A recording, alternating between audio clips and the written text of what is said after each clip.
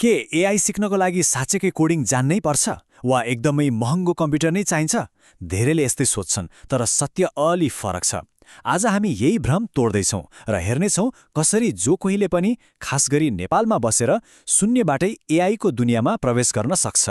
आउनुहोस् यो यात्रा सँगै सुरु गरौँ। यो कस्तो गहिरो कुरा हो, होइन त?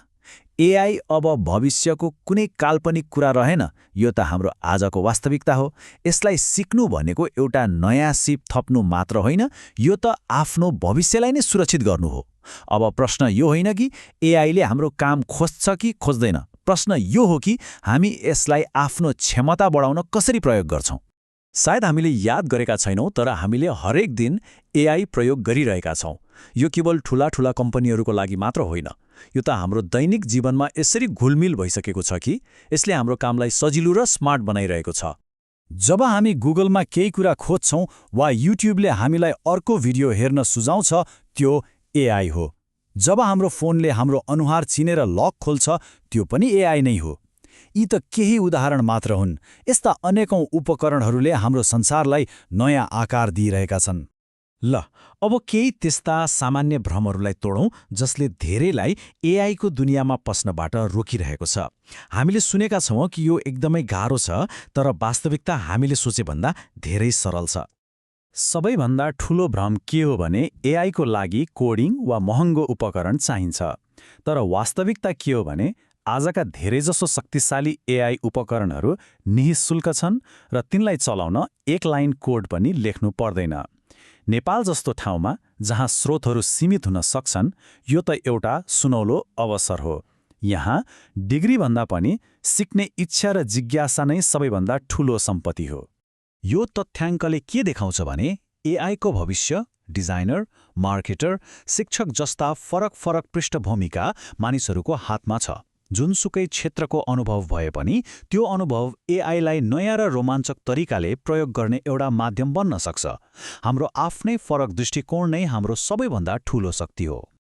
ठिक छ, अब जब हामीले मनका बाधाहरू हटायौँ, आउनुहोस् हाम्रो आफ्नै एआई टुलबक्स बनाउन सुरु गरौँ।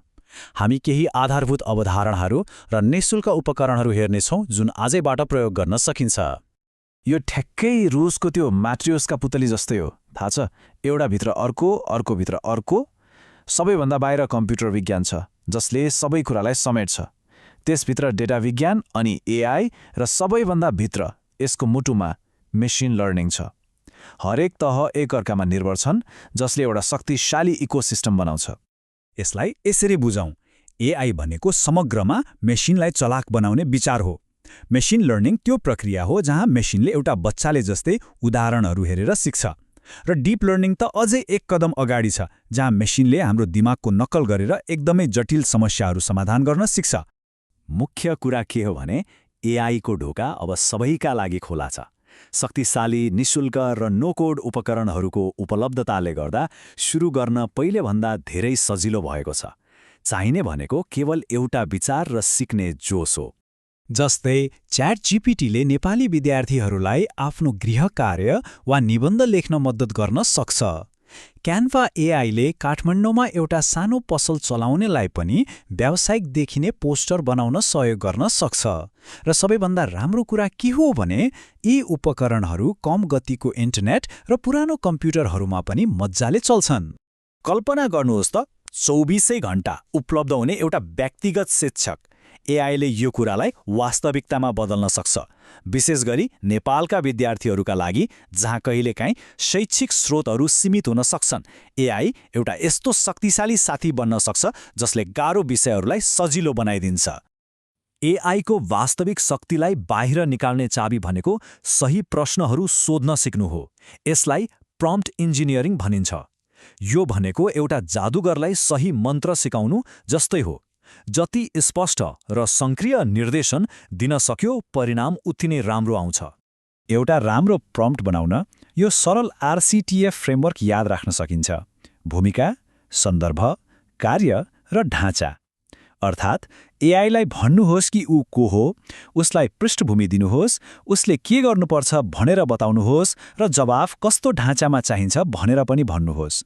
यो सरल सूत्रले आश्चर्यजनक परिणाम दिन सक्छ। यो प्रम्प्ट हेर्नुस् त, यसले एआईलाई केवल जवाफ दिन भनेको छैन, यसले त एआईलाई एक शिक्षक बन्न भनेको छ जसले प्रश्नहरू सोधेर सिकाउँछ। यसो गर्दा गहिरो सोच्न र आफ्नै निष्कर्षमा पुग्न मद्दत मिल्छ। हो, यही हो एआईलाई एउटा साधारण उपकरणबाट एक शक्तिशाली अध्ययन साझेदारमा बदल्ने तरिका। ल, अब सिद्धान्तलाई व्यवहारमा उतार्ने बेला भयो। अब हामी हेर्नेछौँ कि आफ्नो पहिलो एआई प्रोजेक्ट कसरी बनाउने।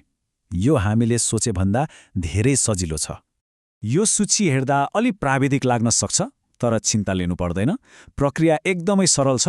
एउटा सानो प्रोजेक्ट छान्ने, क्यागल जस्ता प्लेटफर्मबाट सित्तैमा डेटा खोज्ने, त्यसलाई सफा गर्ने, एउटा साधारण मोडेललाई तालिम दिने र त्यसले कस्तो काम गर्छ भनेर हेर्ने। सानोबाट सुरु गर्दा प्रत्येक चरणमा नयाँ कुरा सिक्न पाइन्छ।